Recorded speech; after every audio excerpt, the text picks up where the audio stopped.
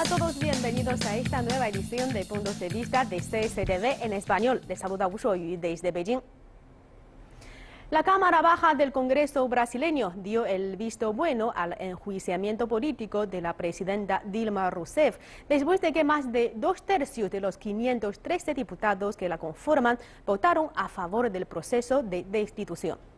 Brasil es uno de los países miembros del grupo BRICS que ha logrado un notable crecimiento económico en las últimas décadas. Sin embargo, hoy en día está sumido en una difícil situación, tanto política como económica, y se ahoga en un mar de problemas sociales. En esta edición de Puntos de Vista estaremos hablando sobre las causas del declive de la nación emergente y su impacto en el panorama político de la región latinoamericana. La Cámara de Diputados de Brasil aprobó este 17 de abril, al superar los 342 votos necesarios, la admisibilidad del juicio político contra la presidenta del país, Dilma Rousseff, por irregularidades fiscales en las cuentas públicas. A Rousseff se le acusa de haber firmado decretos presupuestarios sin previsión de recursos en caja y de atrasos en los pagos a los bancos públicos, el llamado pedaleo fiscal. La presidenta continuará en el cargo hasta que el Senado determine por mayoría simple si acepta o no la moción en una fecha que aún se desconoce, pero se espera que sea a mediados del próximo mes. En caso de que el Senado respalde la posición de la Cámara de Diputados, Rousseff será sometida a juicio político con fines de destitución y deberá separarse del cargo durante un plazo de 180 días, que será el tiempo que tendrá la Cámara Alta para el proceso. En ese periodo, su puesto lo ocupará el vicepresidente Michel Temer, líder del Partido del Movimiento Democrático brasileño. A continuación, conectamos con nuestro corresponsal en Brasil, Song Xiaoming, para un informe actualizado sobre esta crisis política brasileña y las últimas declaraciones del Comité Olímpico Internacional sobre sus posibles afectaciones a los Juegos Olímpicos de este verano, para cuya inauguración van restando menos de 100 días. Hola Xiaoming, cuéntenos. Hola, soy la presidenta brasileña Dilma Rousseff está al borde de perder su puesto después de la derrota en la votación del domingo pasado en el Congreso de los Diputados de Brasil a favor de iniciar un juicio político en su contra, pero la mandataria rechazó su renuncia con una lucha anunciada hasta el último minuto. De verdad, la votación contra Rousseff ha dividido mucho a los brasileños, de los cuales muchos consideran a Rousseff responsable por toda una serie de problemas actuales en Brasil, desde la devastadora recesión económica, el escándalo interminable de corrupción de Petroobras, la mayor empresa estatal de petróleo en Brasil, y hasta los crónicos altos impuestos y malos servicios públicos. Mientras una amplia franja de la población insiste que la destitución contra un presidente sin crimen es un golpe de Estado y la votación es antidemocrática. Después de la votación, el proceso de destitución pasa ahora al Senado de Brasil, que deberá decidir si Rousseff es juzgada y suspendida de forma temporal, con lo que el vicepresidente Michel Temer asumiría el mando provisional. Se espera que el voto en el Senado sea el día 10 o 11 de mayo. Bajo la complicada crisis política, Río de Janeiro está acogiendo la cuenta atrás de 100 días para la Olimpiada 2016. El Comité Olímpico Internacional afirmó que el desorden político de Brasil no debería afectar los preparativos para los Juegos Olímpicos de Río, porque ya entraron en una fase muy operativa en la que ese tipo de los asuntos políticos influyen mucho menos que en otras etapas de la organización política. Muchas gracias a Xiaoming por traernos estas informaciones desde Sao Paulo. Muchas gracias. Y aquí en el estudio me acompaña Sun Yanfeng, subdirector de la División de Latinoamérica del Instituto de Relaciones Internacionales Contemporáneas de China. Yanfeng, bienvenido una vez más a Puntos de Vista. Ahora soy muy encantado de estar presente aquí. Muchas gracias por venir. En primer lugar, Yanfeng, ¿podría hablarnos de las causas que han provocado esta crisis política de Brasil que pone en peligro la permanencia de la presidencia de Dilma Rousseff? Hay muchas cosas. Y la primera cosa o cosa superficial es que el caso de falsificación fiscal, que decir en portugués se llama petarata fiscal, que decir que el gobierno del Dilma Rousseff que llevó, como dice, que él utilizó el crédito del Banco Estatal para decorar el presupuesto federal, que decir que con los datos falsos para decorar el presupuesto. Claro, esta actividad violó oficialmente a la ley de responsabilidad fiscal. Claro, causa fiscal porque realmente que las actividades del gobierno violó la ley. Pero la causa profunda es que, a mi parecer, que si el gobierno, o particularmente que los líderes del partido gobernista o partido trabajador, y también varios líderes del gobierno o del partido, como por ejemplo el expresidente Lula y varios líderes del partido, y también muchos políticos se relacionaron con el caso de corrupción de Petrobras. Claro, Petrobras es una compañía petrolífera muy grande en Brasil y en todo el mundo. Este caso de corrupción de Petrobras se relacionaron con este valor del dinero de casi de 10.000 millones de dólares. También varios políticos y los dirigentes de grandes compañías brasileñas también están implicados, incluyendo, por ejemplo, que expresidente Lula como presidente de Cámara Baja y Alta, también con varios diputados o senadores y varios empresarios importantes. Que decir que este caso es muy importante, muy grave. Ahora está relacionado con varios líderes. Y lo más grave es que en el inicio del año, que ex líder del Partido Trabajador, que es el partido gubernista en el Senado, Amaral, él también fue investigado y también él dice que él indicó que expresidente Lula y también presidente Dilma Rousseff han conocido totalmente, profundamente el caso. Quiere decir que la presidenta Dilma Rousseff tiene sus responsabilidades. Sus indicaciones y también sus revelaciones, claro, es como una pompa y para tal choque muy fuerte a la presidenta Dilma Rousseff propia. Y claro, a mí me parece, tercera es que la alianza gubernista está severada. Y todo el mundo sabe cuando el gobierno Dilma tomó su poder en el año pasado y la alianza gubernista ocupa más de 30 y tal asientos en la Cámara Baja, que decir que más de mitad del Congreso.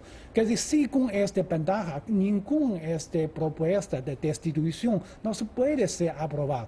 Pero a partir del año pasado, la alianza también está severando.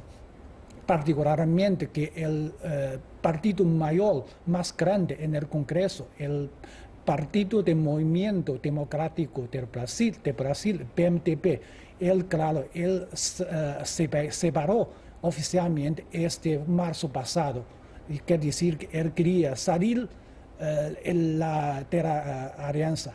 Y también este partido está a favor a la destitución a Dilma Rousseff.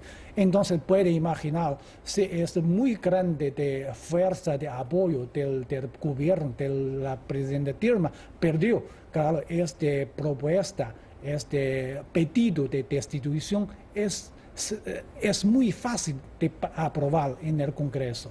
Entonces, a mi juicio, esas son tres causas. También hay otra causa más profunda, es que la situación económica en Brasil también está muy mal. Claro, esta situación económica puede aumentar que los sentimientos de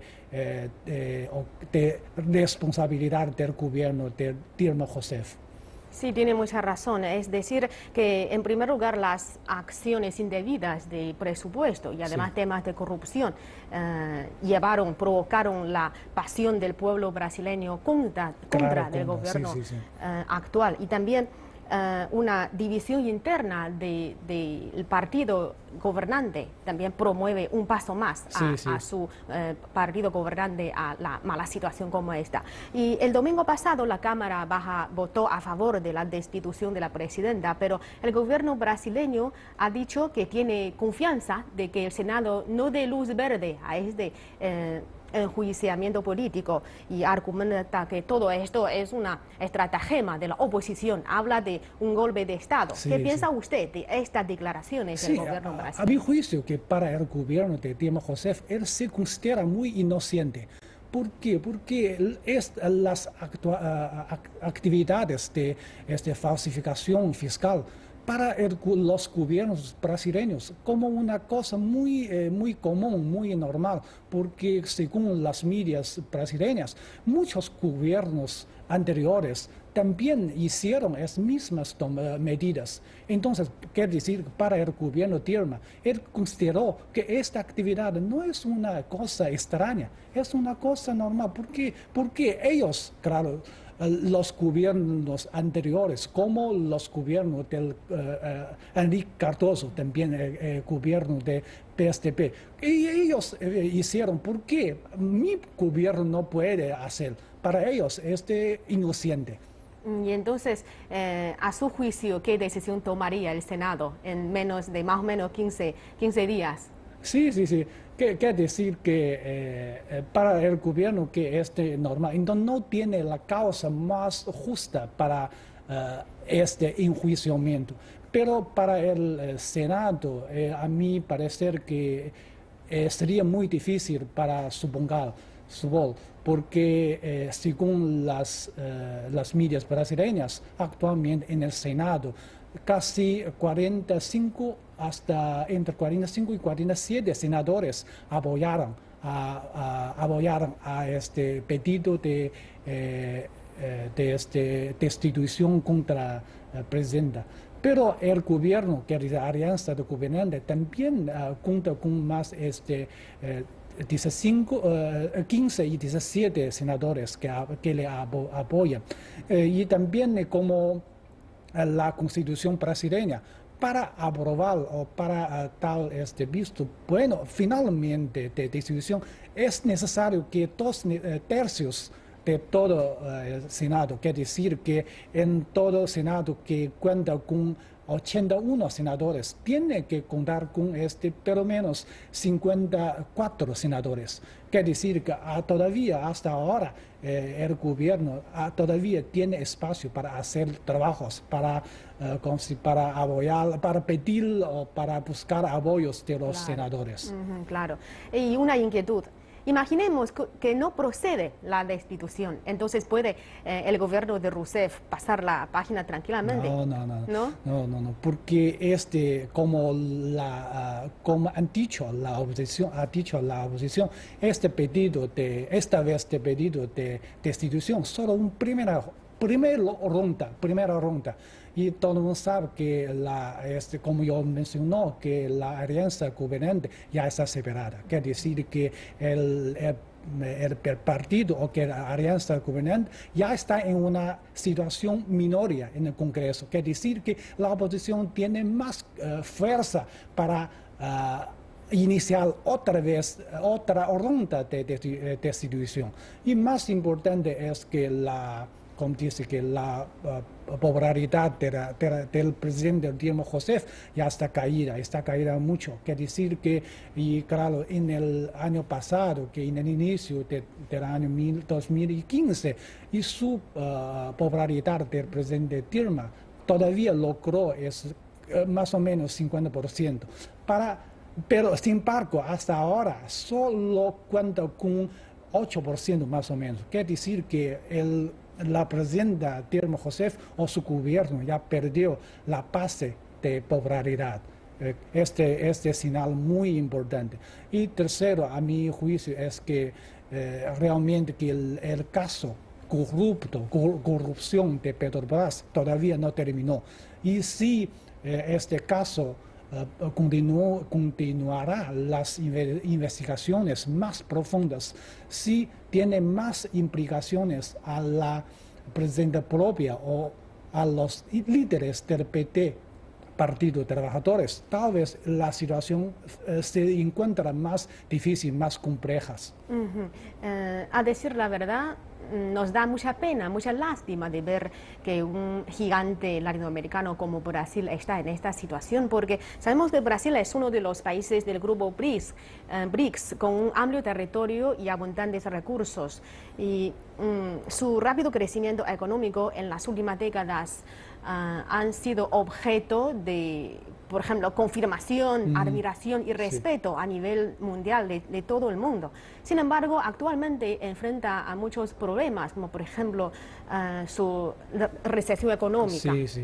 Y también elevadas tasas de desempleo y de inflación.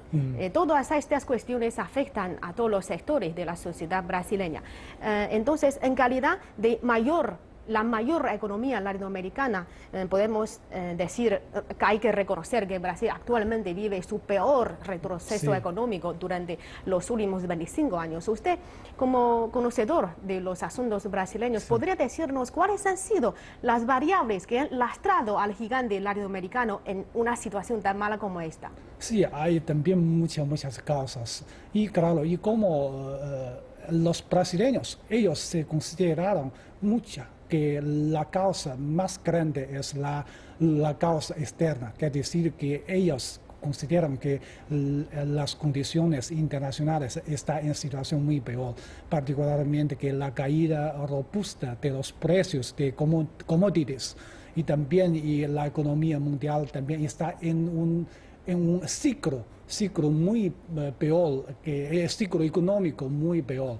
Quiere decir que para Brasil, como un país exportador muy importante de commodities, por ejemplo, que petróleo y soja y mina de hierro, claro, y las exportaciones brasileñas que ocupan un papel muy importante para la economía brasileña. Entonces, brasileño considera que las situaciones exteriores son muy peores, pero realmente que también muy economistas internacionales consideran que las causas internas son más importantes, porque realmente que hace muchos años que nosotros, en los últimos 25 años, y los problemas profundos en la economía brasileña, también hay muchos fallos. Por ejemplo, que Brasil cuenta con, por ejemplo, que inflación muy alta y las condiciones de bienestar muy buenas, muy alta,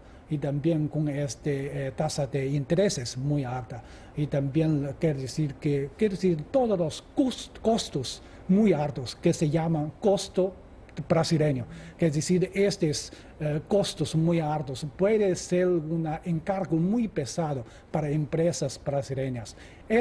Parece un fallo, un problema muy profundo. Y además, sin embargo, hay otros, como dice, que llamamos problemas de estructura económica. Por ejemplo, que la economía brasileña se concentra principalmente a las exportaciones. Por ejemplo, que el sector agrícola es muy fuerte y también que la industria de petrolífera muy fuerte. Pero su economía, su estructura son muy sencillas. Tiene condiciones muy débiles para confrontar los choques exteriores.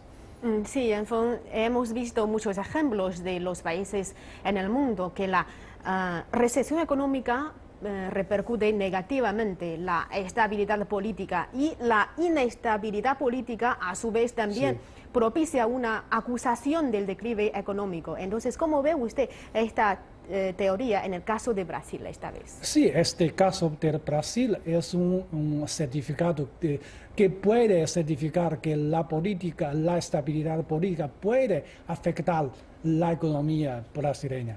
Quiere decir que todo el mundo sabe que si el gobierno puede mantener su estabilidad, como Brasil, él puede tomar las políticas económicas para, por ejemplo, reducir los choques para el sector económico. También puede adoptar las medidas de estimulación para la economía que se pueden promover la recuperación económica.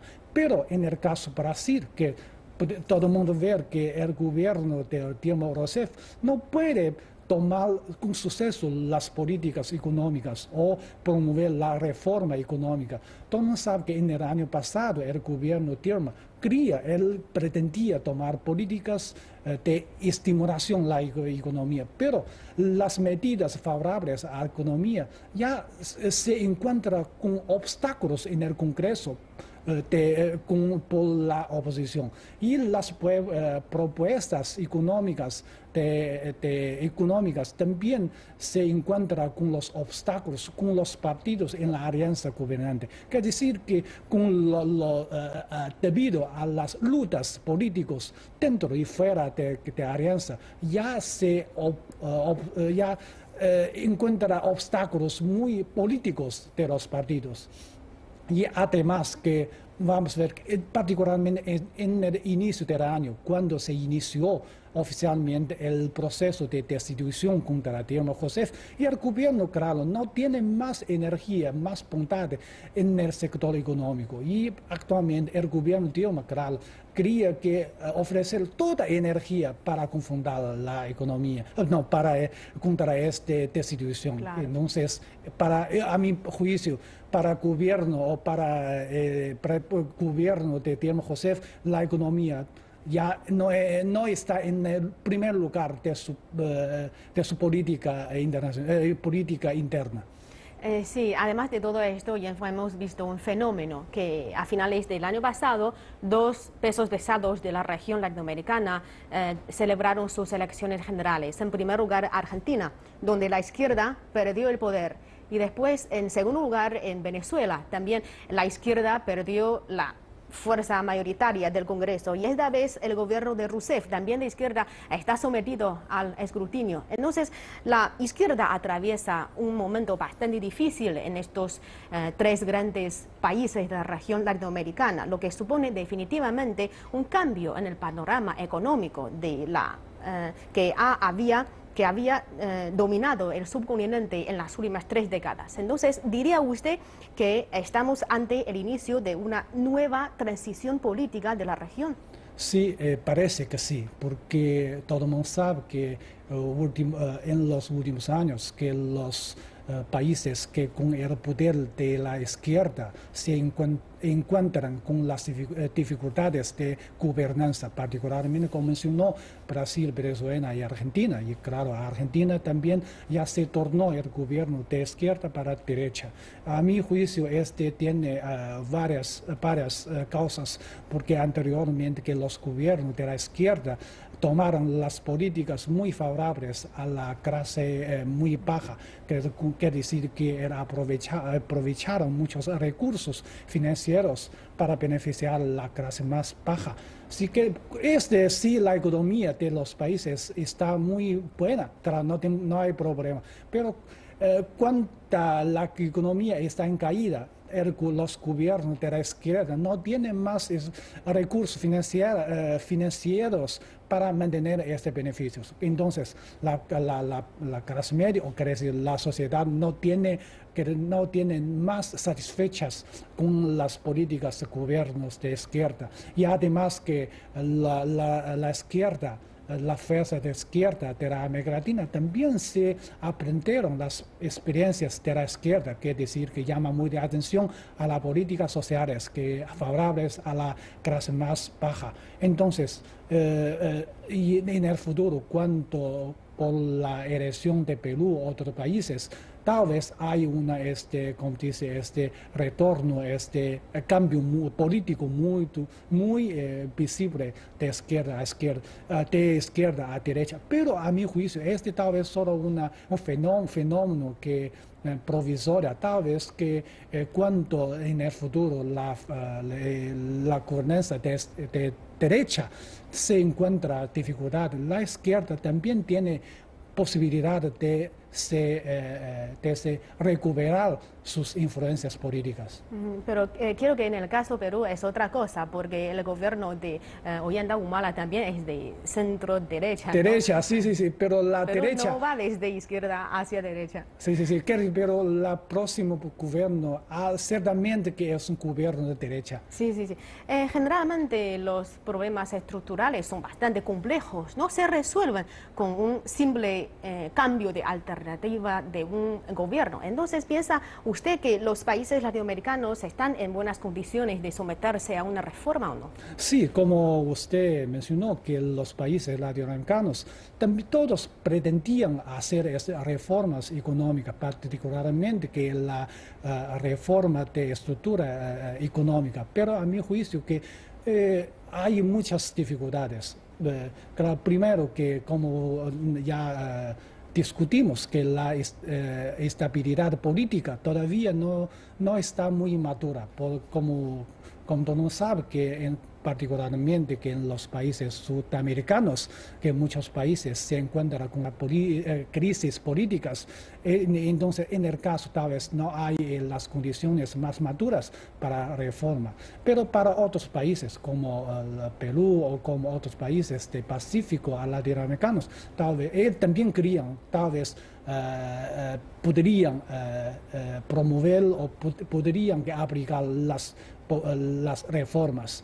Y más a mi juicio que este momento que la situación o las situaciones o las condiciones exteriores no están muy satisfechas porque la economía mundial no está muy recuperadas y también los destinos principales de los países latinoamericanos también se encuentran dificultades, por ejemplo, la Asia Pacífica o Europa también no tiene su capacidad de importación de los productos de América Latina como antes. Entonces, a mi juicio, que tal vez en el futuro, en breve, tal vez ven llegando las condiciones más maduras. Bueno, y en caso de que las naciones latinoamericanas quisieran apostar por las transformaciones económicas integrales, entonces, ¿en qué más cuestiones tienen que reforzar?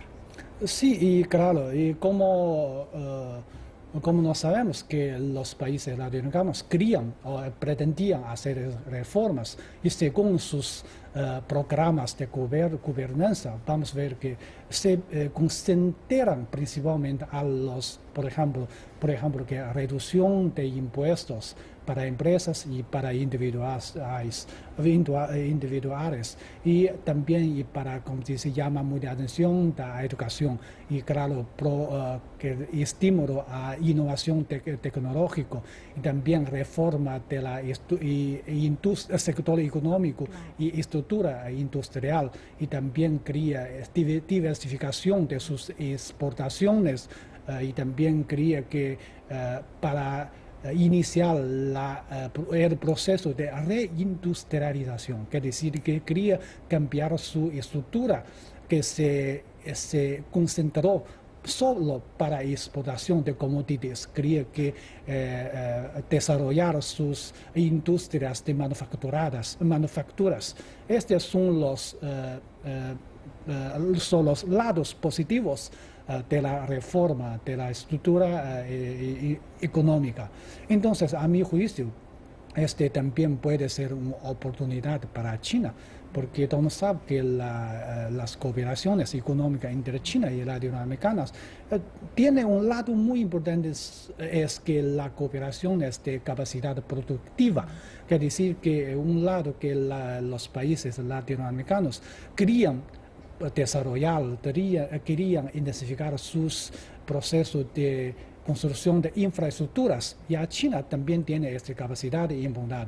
Entonces, a mi juicio, en el futuro, en el punto, en China y latinoamericano tienen más espacios para cooperaciones. A mi juicio, también es oportunidad muy buena para América Latina. Usted tiene mucha razón, porque sabemos que actualmente, hoy en día, el comercio entre China y Latinoamérica no se solamente centra en la importación y exportación de materias primas, sino también se centra en la inversión en infraestructuras. China ya tiene muchas inversiones en la región para mejorar el nivel de infraestructura de la región. Esperamos que tengamos más espacio en el futuro, aprovechando esta oportunidad. Bueno, muchas gracias, Yan Feng, por estar con nosotros en esta edición del programa. Muchas gracias.